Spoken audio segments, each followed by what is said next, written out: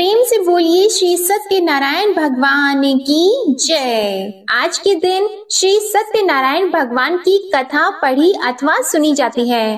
तो आइए आज आपको सुनाते हैं श्री सत्यनारायण भगवान की संपूर्ण व्रत कथा और आरती। एक समय नैमिषारण्य तीर्थ में शौनक आदि 88,000 ऋषियों ने श्री सूत जी से पूछा, हे प्रभु, इस कलयुग में वेद विद्या रहित मनुष्यों को प्रभु भक्ति किस प्रकार मिलेगी और उनका उद्धार कैसे होगा। इसलिए हे मुनि श्रेष्ठ, कोई ऐसा तप कहिए जिससे थोड़े समय में पुण्य प्राप्त हो जाए तथा मनोवांछित फल मिले। वह कथा सुनने की हमारी बहुत इच्छा है। सर्वशास्त्र ज्ञाता श्री सूत जी बोले, हे वैष्णवों में पूज्य, आप सबने प्राणियों के हित की बात पूछी है। अब मैं उस श्रेष्ठ व्रत को आप लोगों से कहूँगा जिस व्रत को नारद जी ने लक्ष्मी नारायण जी से पूछा था और लक्ष्मीपति ने मुनि श्रेष्ठ नारद जी से कहा था। सो ध्यान से सुनिए। एक समय योगी राज नारद जी दूसरों के हित की इच्छा से अनेक लोकों में घूमते हुए मृत्यु लोक में आ पहुँचे। यहाँ अनेक योनियों में जन्मे हुए प्राय सभी मनुष्यों को अपने कर्मों द्वारा अनेकों दुखों से पीड़ित देखकर सोचा, किस यत्न के करने से निश्चय ही प्राणियों के दुखों का नाश हो सकेगा। ऐसा मन में सोचकर विष्णु लोक को चले गए। वहाँ श्वेत वर्ण और 4 भुजाओं वाले देवों के ईश नारायण को देखकर, जिनके हाथों में शंख चक्र गदा और पद्मा थे, वे वरमाला पहने हुए थे, उनकी स्तुति करने लगे। हे भगवान, आप अत्यंत शक्ति से संपन्न हैं। मन तथा वाणी भी आपको नहीं पा सकती।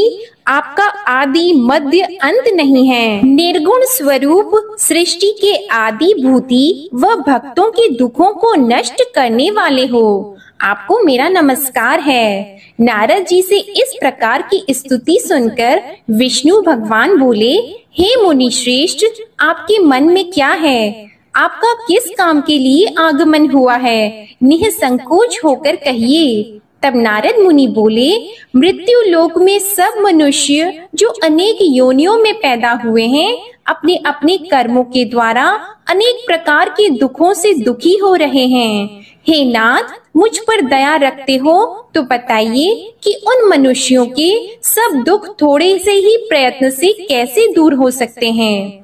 हे नारद, मनुष्यों की भलाई के लिए तुमने बहुत अच्छी बात पूछी है। जिस काम के करने से मनुष्य मोह से छूट जाता है, वह मैं कहता हूँ, सुनो। बहुत पुण्य देने वाला स्वर्ग तथा मृत्यु लोक दोनों में दुर्लभ एक उत्तम व्रत है। आज मैं प्रेम वश होकर तुमसे कहता हूँ। सत्यनारायण का यह व्रत अच्छी तरह विधि पूर्वक करने से मनुष्य आयु पर्यंत यहाँ सुख भोग कर मरने पर मोक्ष को प्राप्त होता है। श्री भगवान के वचन सुनकर नारद मुनि बोले कि उस व्रत का फल क्या है? क्या उस व्रत का विधान है और किसने यह व्रत किया है और किस दिन यह व्रत करना चाहिए? विस्तार से कहिए। भगवान श्री विष्णु बोले, दुख शोक आदि को दूर करने वाला, धन धान्य को बढ़ाने वाला, सौभाग्य तथा संतान को देने वाला यह व्रत सब स्थानों पर विजयी करने वाला है। भक्ति और श्रद्धा के साथ किसी भी दिन मनुष्य श्री सत्यनारायण की शाम के समय ब्राह्मणों और बंधुओं के साथ धर्म परायण होकर पूजा करे। भक्ति भाव से नैवेद्य, केले का फल, घी, दूध और गेहूं का चूर्ण सवाया ले।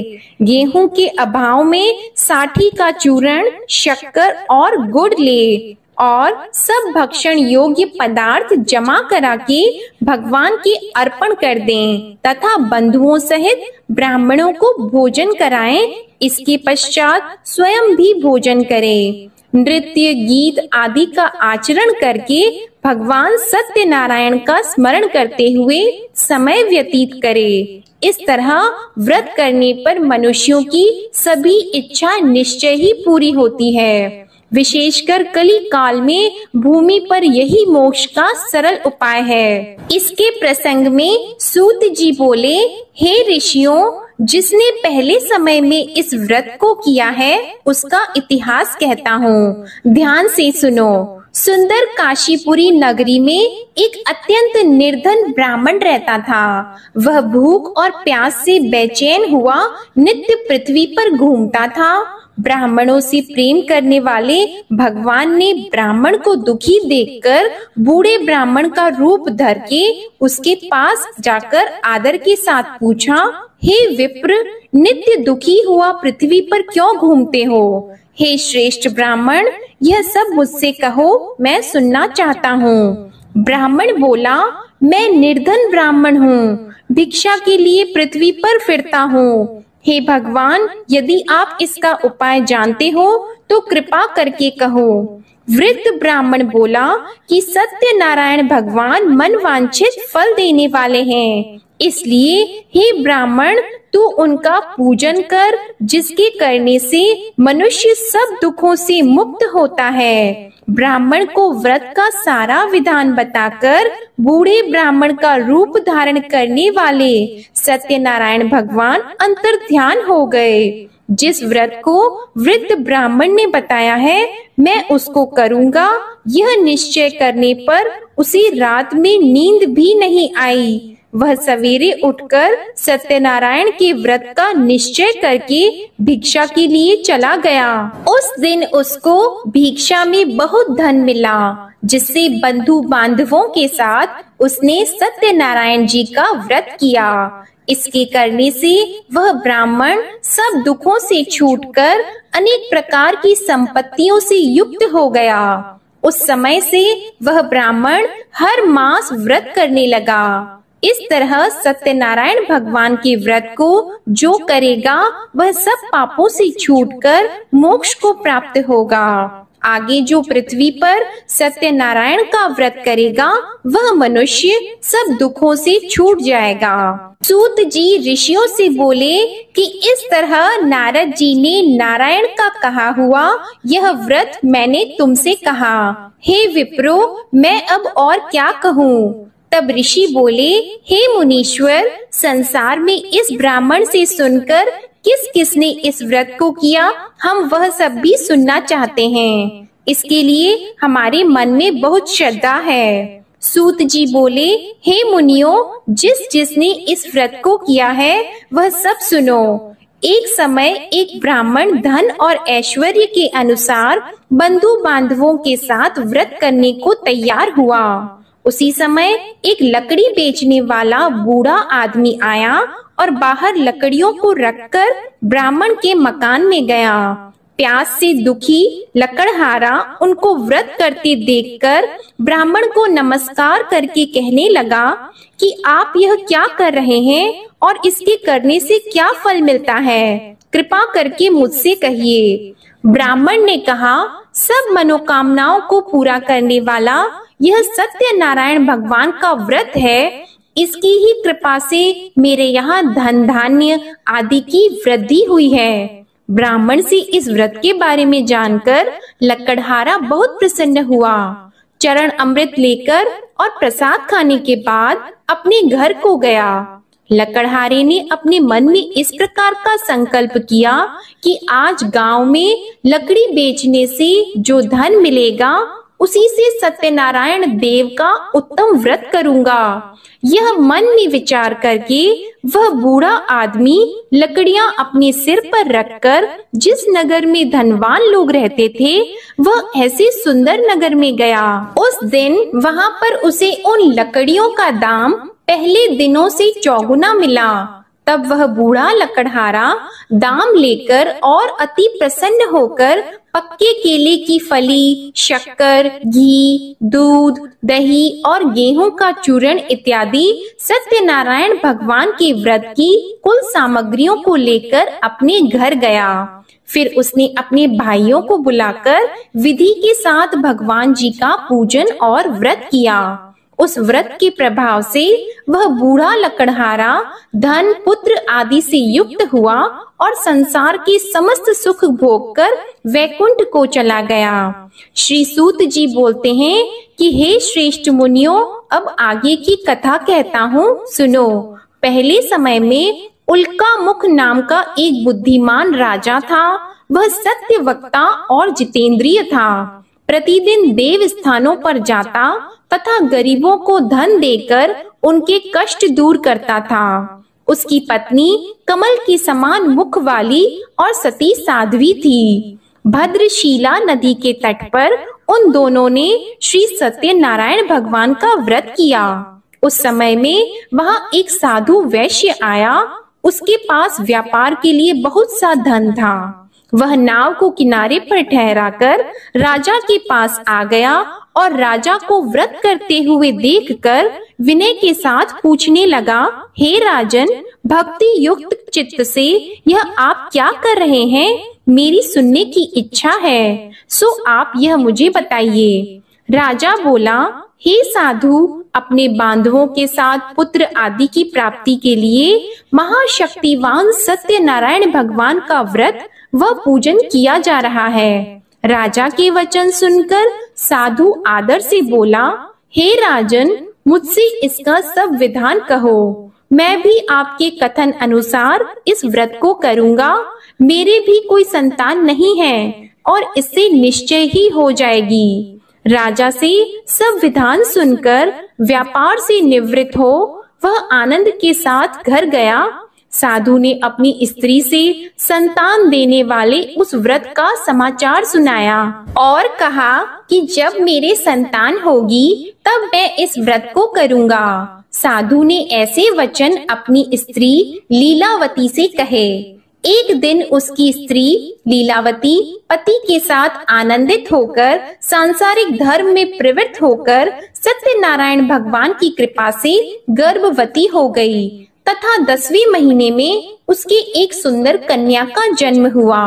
दिनों दिन वह इस तरह बढ़ने लगी जैसे शुक्ल पक्ष का चंद्रमा बढ़ता है। कन्या का नाम कलावती रखा गया।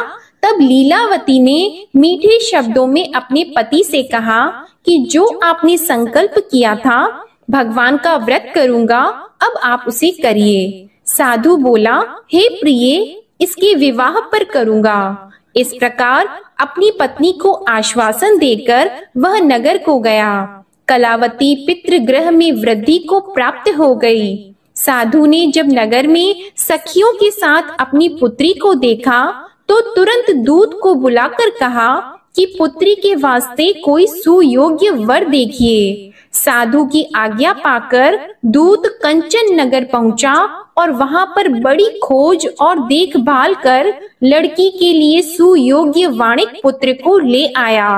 उस सुयोग्य लड़के को देखकर साधु ने अपने बंधु बांधवों सहित प्रसन्न चित्त अपनी पुत्री का विवाह उसके साथ कर दिया। किंतु दुर्भाग्य से विवाह के समय भी उस व्रत को करना भूल गया। तब श्री भगवान क्रोधित हो गए और श्राप दिया कि तुम्हें दारुण दुख प्राप्त होगा। अपने कार्य में कुशल साधु बनिया जमाता सहित समुद्र स्थित रत्नपुर नगर में गया और वहां दोनों ससुर जमाई चंद्रकेतु राजा के उस नगर में व्यापार करने लगे। एक रोज भगवान सत्यनारायण की माया से प्रेरित कोई चोर राजा का धन चुराकर भागा जा रहा था, किंतु राजा के दूतों को आता देखकर चोर ने घबराकर भागते हुए राजा के धन को वहीं चुपचाप रख दिया जहां वो ससुर जमाई ठहरे हुए थे।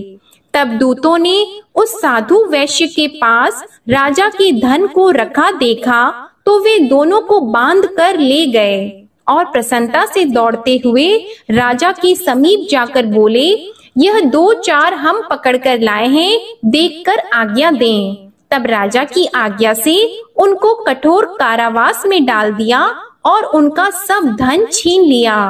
सत्यनारायण भगवान के श्राप द्वारा उनकी पत्नी भी घर पर बहुत दुखी हुई और घर पर जो धन रखा था चोर चुरा कर ले गए। शारीरिक व मानसिक पीड़ा तथा भूख प्यास से अति दुखित होकर अन्न की चिंता में कलावती एक ब्राह्मण के घर गई। वहां उसने सत्यनारायण भगवान का व्रत होते देखा, फिर कथा सुनी तथा प्रसाद ग्रहण करके रात को घर आई। माता ने कलावती से कहा, हे पुत्री, अब तक कहाँ रह गई थी? वह तेरे मन में क्या है? कलावती बोली, हे माता, मैंने एक ब्राह्मण के घर श्री सत्यनारायण भगवान का व्रत देखा है। कन्या के वचन सुनकर लीलावती भगवान के पूजन की तैयारी करने लगी। लीलावती ने परिवार और बंधुओं सहित श्री सत्यनारायण भगवान का पूजन किया और वर मांगा कि मेरे पति और दामाद शीघ्र आ जाएं। साथ ही प्रार्थना की कि हम सबका अपराध क्षमा करो। सत्यनारायण भगवान इस व्रत से संतुष्ट हो गए और राजा चंद्रकेतु को स्वप्न में दर्शन देकर कहा, हे राजन, दोनों वैश्यों को प्रातः ही छोड़ दो और सब धन जो तुमने ग्रहण किया है वह दे दो, नहीं तो मैं तेरा धन, राज्य, पुत्र आदि सब नष्ट कर दूंगा। राजा से ऐसे वचन कहकर भगवान अंतर्ध्यान हो गए। प्रातः काल राजा चंद्रकेतु ने सभा में अपना स्वप्न सुनाया। फिर दोनों वाणिक पुत्रों को कैद से मुक्त कर सभा में बुलाया। दोनों ने आते ही राजा को नमस्कार किया।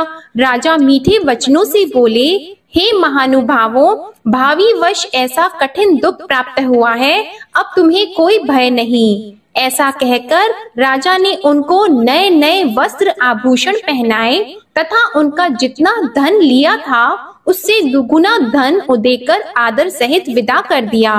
दोनों वैश्य अपने घर को चले गए। सूत जी बोले, वैश्य ने मंगलाचार करके यात्रा आरंभ की और अपने नगर को चला। उनके थोड़ी दूर निकलने पर दंडी वेशधारी सत्यनारायण भगवान ने उनसे पूछा, हे साधु, तेरी नाव में क्या है? अभिमानी वाणिक हंसता हुआ बोला, हे दंडी, आप क्यों पूछते हो?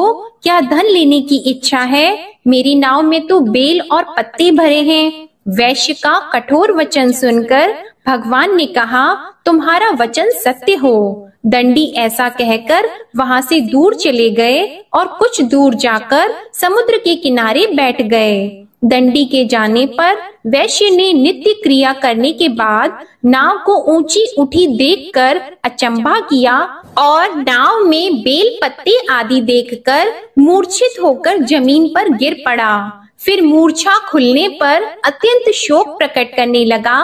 तब उसका दामाद बोला कि आप शोक न करें, यह दंडी का श्राप है, अतः उनकी शरण में चलना चाहिए, तभी हमारी मनोकामना पूरी होगी। दामाद के वचन सुनकर वह दंडी के पास पहुंचा और अत्यंत भक्ति भाव से नमस्कार करके बोला, मैंने जो आपसे असत्य वचन कहे थे उनको क्षमा करो। ऐसा कहकर महान शोकातुर होकर रोने लगा। तब दंडी भगवान बोले, हे वाणिक पुत्र, मेरी आज्ञा से बार बार तुम्हें दुख प्राप्त हुआ है, तू मेरी पूजा से विमुख हुआ। साधु बोला, हे भगवान, आपकी माया से मोहित ब्रह्मा आदि भी आपके रूप को नहीं जानते, तब मैं अज्ञानी कैसे जान सकता हूँ? आप प्रसन्न होइए, मैं सामर्थ्य के अनुसार आपकी पूजा करूँगा। मेरी रक्षा करो और पहले के समान नौका में धन भर दो। उसके भक्ति युक्त वचन सुनकर भगवान प्रसन्न होकर उसकी इच्छा अनुसार वर देकर अंतर ध्यान हो गए। तब उन्होंने नाव पर आकर देखा कि नाव धन से परिपूर्ण है, फिर भी वह भगवान सत्यनारायण का पूजन कर साथियों सहित अपने नगर को चला। अब अपने नगर के निकट पहुंचा, तब दूत को घर भेजा। दूत ने साधु के घर जाकर उसकी स्त्री को नमस्कार करके कहा कि साधु अपने दामाद सहित इस नगर के समीप आ गए हैं। ऐसा वचन सुनकर साधु की स्त्री ने बड़े हर्ष के साथ सत्यदेव का पूजन कर पुत्री से कहा, मैं अपने पति के दर्शन को जाती हूँ, तू कार्य पूर्ण करके शीघ्र आ जा। माता के ऐसे वचन सुनकर कलावती प्रसाद छोड़कर पति के पास गई। प्रसाद की अवज्ञा के कारण सत्यदेव ने रुष्ट होकर उसके पति को नाव सहित पानी में डुबा दिया। कलावती अपने पति को न देखकर रोती हुई जमीन पर गिर गई। इस तरह नौका को डूबा हुआ तथा कन्या को रोता देखकर साधु दुखी होकर बोला, हे प्रभु, मुझसे या मेरे परिवार से जो भूल हुई है उसे क्षमा करो। उसके दीन वचन सुनकर सत्यदेव प्रसन्न हो गए और आकाशवाणी हुई कि हे साधु, तेरी कन्या मेरे प्रसाद को छोड़कर आई है, इसलिए इसका पति अदृश्य हुआ है। यदि वह घर जाकर प्रसाद खाकर लौटे तो इसे पति अवश्य मिलेगा। ऐसी आकाशवाणी सुनकर कलावती ने घर पहुंचकर प्रसाद खाया, फिर आकर पति के दर्शन किए। तत्पश्चात साधु ने बंधु बांधवों सहित सत्यदेव का विधि पूर्वक पूजन किया। उस दिन से वह पूर्णिमा को सत्यनारायण का पूजन करने लगा। फिर इस लोक का सुख भोग कर अंत में स्वर्ग लोक को गया। सूत जी बोले, हे ऋषियों, मैं और भी कथा कहता हूँ, सुनो। प्रजापालन में लीन तुंगध्वज नाम का राजा था। उसने भी भगवान का प्रसाद त्याग कर बहुत दुख पाया। एक समय वन में जाकर वन्य पशुओं को मारकर बड़ के पेड़ के नीचे आया। वहां उसने ग्वालों को भक्ति भाव से बांधवों सहित सत्यनारायण जी का पूजन करते देखा। राजा देखकर भी अभिमानवश वहां नहीं गया और न ही पूजन किया या नमस्कार किया। जब ग्वालों ने भगवान का प्रसाद उसके सामने रखा तो वह प्रसाद को त्याग कर अपनी सुंदर नगरी को चला गया। वहां उसने अपना सब कुछ नष्ट पाया तो वह जान गया कि यह सब भगवान ने किया है। तब वह विश्वास करके ग्वालों के समीप गया और विधि पूर्वक पूजन करके प्रसाद खाया तो सत्यदेव भगवान की कृपा से पहले जैसा था वैसा ही हो गया। फिर दीर्घ काल तक सुख भोग कर मरने पर स्वर्ग लोक को गया। जो मनुष्य इस परम दुर्लभ व्रत को करेगा, भगवान सत्यनारायण की कृपा से उसे धन धान्य की प्राप्ति होगी। निर्धन धनी और बंदी बंधन से मुक्त होकर निर्भय हो जाता है। संतानहीनों को संतान प्राप्त होती है तथा सब मनोरथ पूर्ण होकर अंत में वैकुंठ धाम को जाता है। यह सत्य है। श्री सूत जी कहते हैं कि ब्राह्मणों, आपको मैंने सत्यनारायण व्रत की यह पावन कथा सुनाई है। इस व्रत का पालन करके मनुष्य सभी दुखों से मुक्त हो जाता है। विशेषतः कलयुग में श्री सत्यनारायण की पूजा महान फल देने वाली है। इन देवता को कोई सत्यनारायण कहते हैं और कोई सत्यदेव कहते हैं। अनेक रूपों में श्री सत्यनारायण भगवान सभी के मनोरथों को पूर्ण करते हैं। ये सनातन सत्यदेव कलयुग में सत्य व्रत के रूप में अवतरित होंगे। हे श्रेष्ठ मुनियों, जो मनुष्य नित्य इसका पठन व श्रवण करता है, श्री सत्यनारायण भगवान की कृपा से उसके सभी पाप नष्ट हो जाते हैं। प्रेम से बोलो श्री सत्यनारायण भगवान की जय। श्री सत्यनारायण संपूर्ण व्रत कथा समाप्त। अब आप सुनिए श्री सत्यनारायण भगवान की आरती। जय लक्ष्मी रमणा स्वामी, जय लक्ष्मी रमणा। सत्यनारायण स्वामी, सत्यनारायण स्वामी, जनपातक हरणा। जय लक्ष्मी रमणा। रत्न जड़ित सिंहासन, अद्भुत छवि राजी स्वामी, अद्भुत छवि राजी। नारद करत निराजन, नारद करत निराजन, घंटावन बाजी। जय लक्ष्मी रमणा। प्रगट भई कलि कारण, द्विज को दरस दियो स्वामी, द्विज को दरस दियो। बूढ़ो ब्राह्मण बनकर, बूढ़ो ब्राह्मण बनकर, कंचन महल कियो। जय लक्ष्मी रमणा। दुर्बल भील कठारो, जिन पर कृपा करी, जिन पर कृपा करी। चंद्रचूड़ एक राजा, चंद्रचूड़ एक राजा, तिनकी विपत्ति हरी। जय लक्ष्मी रमणा। वैश्य मनोरथ पायो, श्रद्धा तज दीन्ही। स्वामी श्रद्धा तज दीन्ही। सो फल भोग्यो प्रभु जी, फिर स्तुति कीन्ही। जय लक्ष्मी रमणा। भाव भक्ति के कारण छिन छिन रूप धरियो। स्वामी छिन छिन रूप धरियो। श्रद्धा धारण कीन्ही, श्रद्धा धारण कीन्ही। तिनको काज सरियो। जय लक्ष्मी रमणा। ग्वाल बाल संग राजा, बन में भक्ति करी। स्वामी बन में भक्ति करी। मन वांछित फल दीन्हो, मन वांछित फल दीन्हो। दीन दयालु हरि। जय लक्ष्मी रमणा। चढ़त प्रसाद सवायो, कदली फल मेवा। स्वामी कदली फल मेवा। धूप दीप तुलसी से, धूप दीप तुलसी से। राजी सत्य देवा। जय लक्ष्मी रमणा। सत्यनारायण जी की आरती जो कोई नर गावे। स्वामी जो कोई नर गावे। तन मन सुख संपत्ति, तन मन सुख संपत्ति। मन वांछित फल पावे। जय लक्ष्मी रमणा। बोलो जय लक्ष्मी रमणा। प्रेम से बोलिए श्री सत्यनारायण भगवान की जय हो। इसी के साथ आप हमारे चैनल पर अघन पूर्णिमा की व्रत कथा और मार्गशीर्ष मास महात्म्य की कथा को भी जरूर सुनिएगा। श्री सत्यनारायण भगवान की जय।